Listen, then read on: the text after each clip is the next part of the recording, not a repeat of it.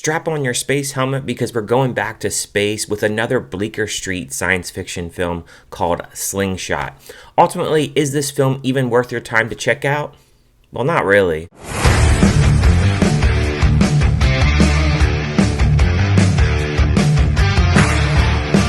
An astronaut struggles to maintain his grip on reality aboard a fatally compromised mission to Saturn's moon, Titan. The film stars Casey Affleck, Laurence Fishburne, Emily Beecham, and Tomer Capone, and was directed by Mikael Håfström, and he's done films like 1408, Escape Plan, and The Right. So when I saw the trailer for Slingshot, I honestly didn't have really any expectations. I saw that it was Bleecker Street. They released the science fiction movie ISS earlier in January, and that movie was not that good. And then you have this movie, Slingshot. It has a cast of Casey Affleck, which I've seen him in other films, and personally, I'm not really a fan of him in his acting performances of the few movies that I've seen him in. You have Laurence Fishburne here, who is somebody that has been in some films that I have enjoyed, and he was kind of the main draw for me to go check out this film. Now, you have a crew of 3 astronauts. They're on this mission to go to Saturn's moon called Titan. They're going to go there to have these resources that they're going to bring back to Earth. And during this mission, they have to go into these hibernation pods where they're in there for about 90 days. 2 characters don't really react well to the drugs that they're given. You have a character named Nash who comes out and he wants to have a mutiny against the captain, Laurence Fishburne. He feels that the ship is compromised as the hull is apparently damaged, in which the computers don't actually pick up on that, and he believes that the computers have been hacked. There also was a point in the film where Casey Affleck's character, when he wakes up out of the pods, there's a ceiling piece that falls down on him and knocks him unconscious. And you also have his character really having hallucinations as well. He dreams of this girl named Zoe, somebody that he had a relationship with on Earth. And we see a little bit of the flashbacks during this film, and I would say a lot of flashbacks that we see of him and his interactions with Zoe, how he got this part to be an astronaut on this mission. And a lot of times it really does go back and forth between the flashbacks when he's actually on Earth and then when he's on the ship. From a positive perspective, I can say that there's 3 positives that I have for this film. Laurence Fishburne, I did like his acting. I think he has the best character here. I like the fact that we're in space here. You have the scientific thing going on of them actually having a slingshot and going to Saturn's moon.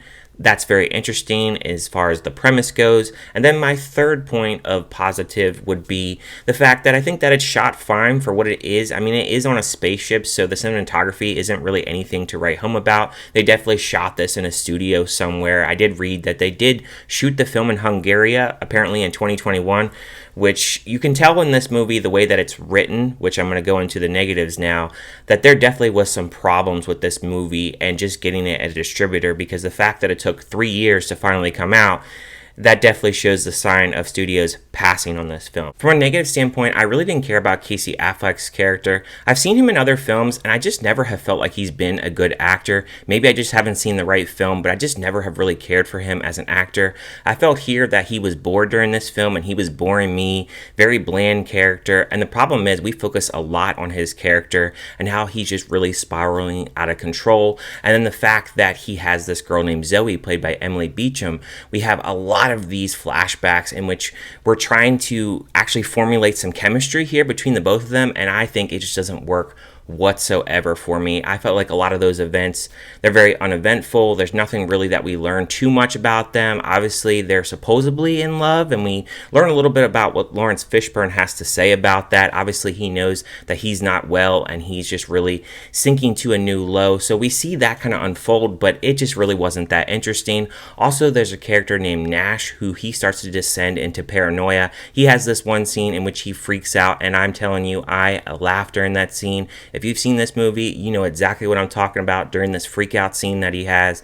It definitely made me laugh, and I just didn't really care for his character all that much. He didn't really have a lot to do, and a lot of times this film is kind of going through the motions where they're coming out of these pods, they're having these hallucinations, and then the fact that we have these flashbacks, obviously, with John's character, and there's not really a lot else to the film, which also brings me to my next point. The film is called Slingshot, and the slingshot actually happens around the 45-minute mark of the film, in which it's kind kind of glossed over rather quickly, which to me, that really was something that I don't think they should have done. I don't think that was a wise choice, because then you have an hour of just these characters really spiraling out of control and trying to throw on a lot of twists on top of that. I really felt for Laurence Fishburne's character here, because I felt like he was trying to hold this film up despite the fact that there's just not a lot to really take out of this film.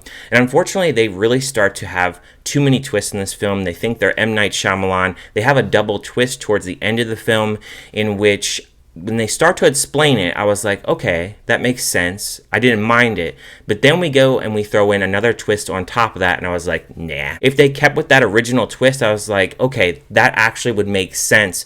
And it really made sense, obviously, to John's character. But then you throw on a double twist with it, and I was like, nah. It just doesn't work for me overall. So unfortunately for me, I would give a score of this film a 2 out of 5. I can't go any higher than that. I definitely think it's very much like ISS that I saw back in January. Just a very bland and forgettable film, and it's something that I definitely would not revisit anytime soon, and something that I can't say that you need to rush out to the theater to go check out. But if you're very much interested in this film, I would say wait for streaming or VOD. So have you guys seen this film? What did you guys think about it? Did you like it? Did you hate it? Did you just think it was kind of meh? And if you haven't checked it out, are you going to check it out on streaming or VOD? Thank you guys for watching as always, and I will see you guys next time.